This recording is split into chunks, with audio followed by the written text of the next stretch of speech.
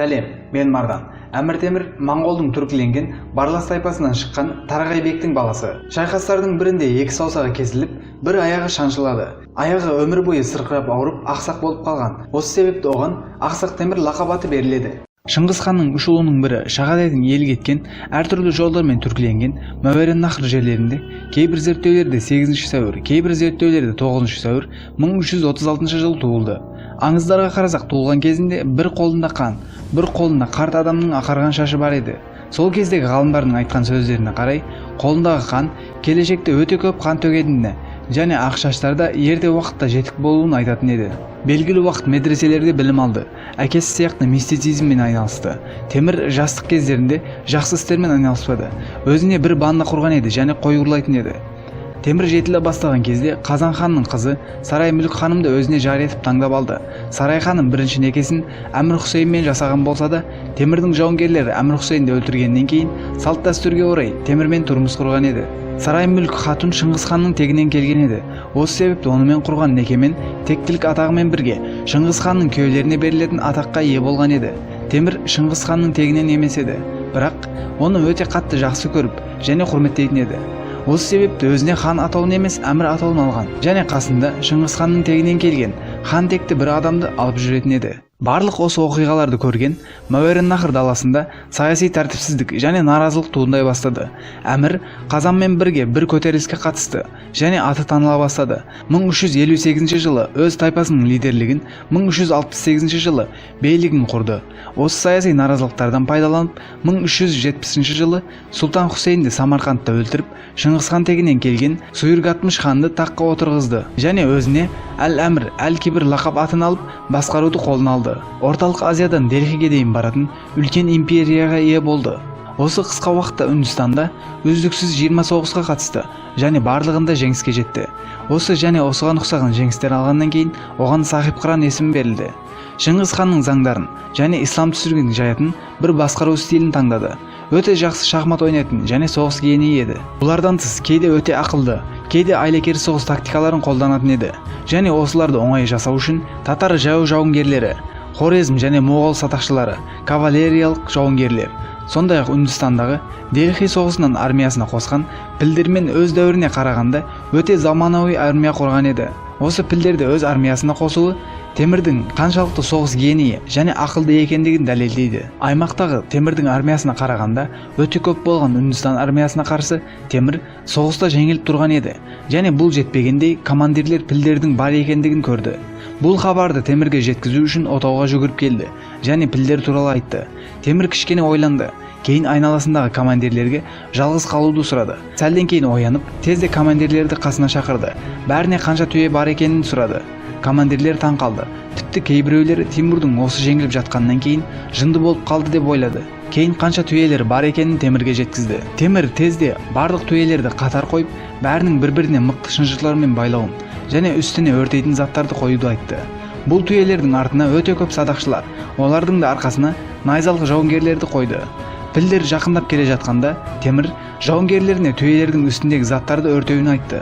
Үрейге ұшыраған түйелер дұшпандарға қарай жүгіре бастады. Үстіне қарай жақындап келе жатқанын көрген пілдер қорқып артқа қарай қаша бастады. Осы кезеңде үнді жауынгерлерінің бір бөлігін жойды және жүйелерін бұзды. Осы тәсілдің артынан Темір садақшыларға атуына бұйрық берді. Өте қорыққан үнді армиясына ең соңғы ауыр соққы найза жауынгерлерінен келетін еді.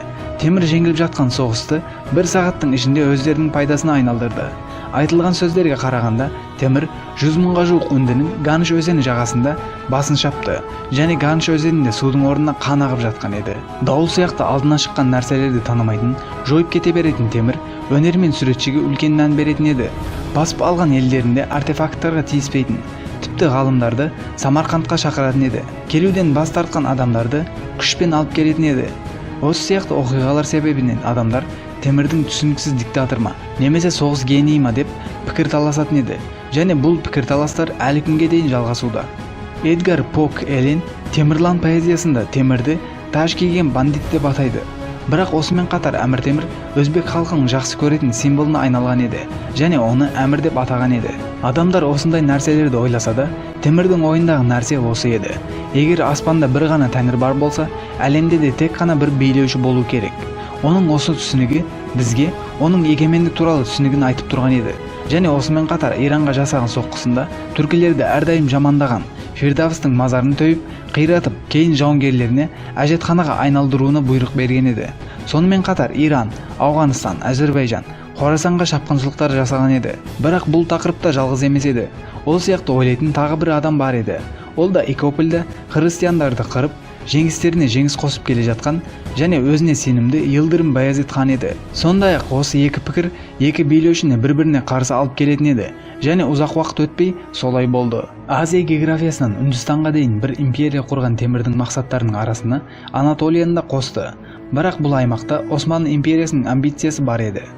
Мамлюклилар және Османлылар арасында келіспеушілікті Темір пайдаланып, 1399 жылы Бағдатты басып алды. Ахмет Жалайыр және Қарақойынды билеушісі Қара Юсуф Темірден қашып Османлыларға көмек сұрап барады.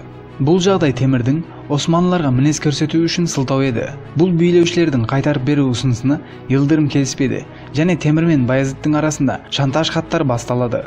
Бұл хаттардың ішінде жазылған сөздердің рас өтірік екендігіне қатысты өте көп мәлімет бар. Бірақ сол танымал хаттардың ең дұрысы деп білінген нұсқасында Темір Йылдырым Баязитқа грек жерінде мәлік болған Йылдырым Баязит, өз күшімізбен әлемнің көп жеріне билік жүргізген бір билеушіміз. Бұл теңсіз жұмысты өзіміз жасадық. Сен сияқты әкеміз тастап кеткен жоқ. Ақылды бол және Ахмет Жалайыр және Қара Юсуфты қуып шық. Әмірлерімізге қарсы келген билеушілердің соңында не болғанын білетін шығарсыз. Сіз де сол билеушілердің арасына кірмеуге тырысыңыз. Бұл хатқа Йылдырым Баязитті осы жауапты береді. Ей Темір деген құтырған, кәпір, тегі жоқ күшік.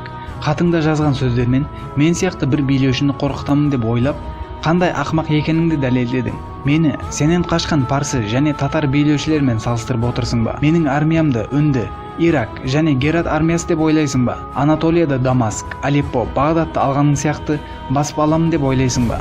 Сен армиямыздың бір ретте болса жеңілгенін естіп пе едің? Дүние үшін таласып, ит сияқты шайқасып өміріңді өткіздің.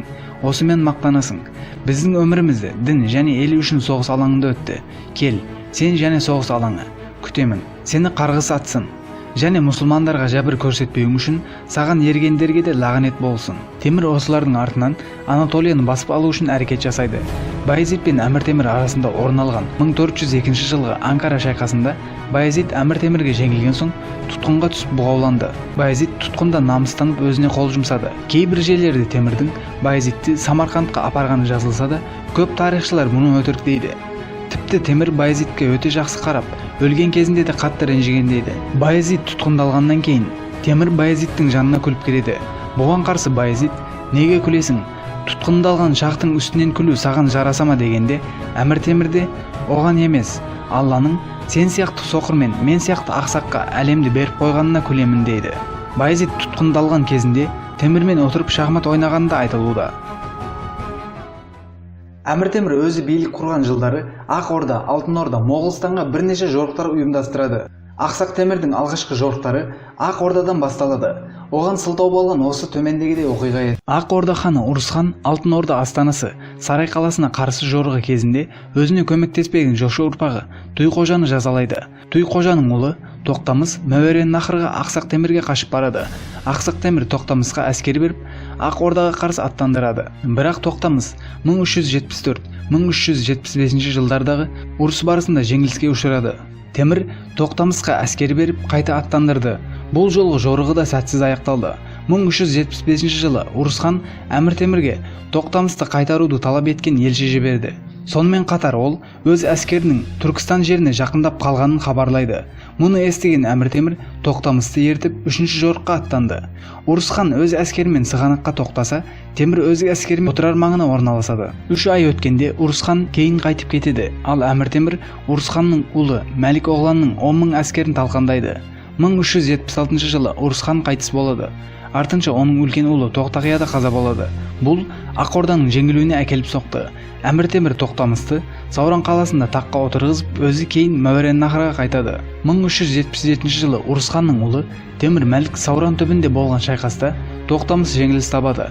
Бұл жолда Әмір Темір Тоқтамысқа өз әскербастарын жібереді. Нәтижесінде Тоқтамыс Ақ Орда астанасы Сығанақты басып алады. Тоқтамыс өзін Ақ Орда мемлекетінің билеушісімін деп жариялайды. 1380 жылдан бастап Тоқтамыс Алтын Ордаға қарсы бірнеше жорықтар ұйымдастырып, Сарайды, Қажы Тарханды, Қырымды, Мамай Ордасын басып алады. Осындай табысқа мастанған Тоқтамыс Әмір Темірге бағынудан бас тартады. Енді Алтын Орда үшін Әмір Темір мен Тоқтамыс арасында соғыс басталды. 1391 жылғы ұрыста Әмір Темір әскері Тоқтамыс әскерін талқандайды.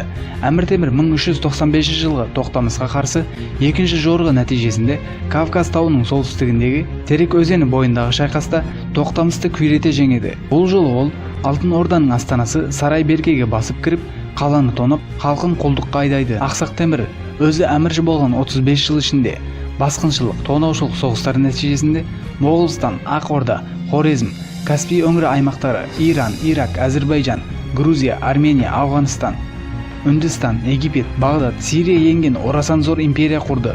15 ғасырдың соңына қарай Азия мен Еуропа құрлығының едәуір бөлігін жаулап алған Әмір Темір құрған орасан зор мемлекет ол өлгеннен кейін бір жола күйреді. Темірдің мақсаттарының бірі Қытайды басып алу еді.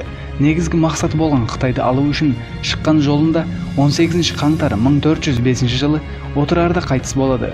Жаназасы Самарқандта мұрагер ретінде қараған, бірақ 24 жасында қайтыс болған немересінің жерленген жеріне көміледі. Аңыздарға қарасақ, мазарында жазу бар. Және осы жазуда кім Темірдің мазарын ашатын болса, оның елінде соғыс шайтандары айнала бастайды. Және осы мазардың лағнеттелгеніне сенетіндер де бар. 19 маусым 1941 жылы бір Ресей антропологы Темірдің мазарын ашып сүйектерін алып Ресейге алып кеткен еді. Және 3 күннен кейін Германия Кеңес одағына соғыс жариялаған еді. 1942 жылы Темірдің сүйектері қайта алып келіп қойғаннан кейін, шамамен 2-2,5 жылдан кейін екінші дүниежүзілік соғыс тоқтаған еді.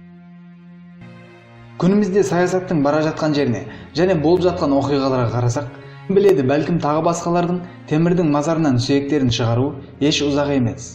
Шыңғыс хан туралы бейнені осы жерден көре аласыздар. Каналға да осы жерден жазылыңыздар. Келесі бейнеде көріскенше, мен Мардан.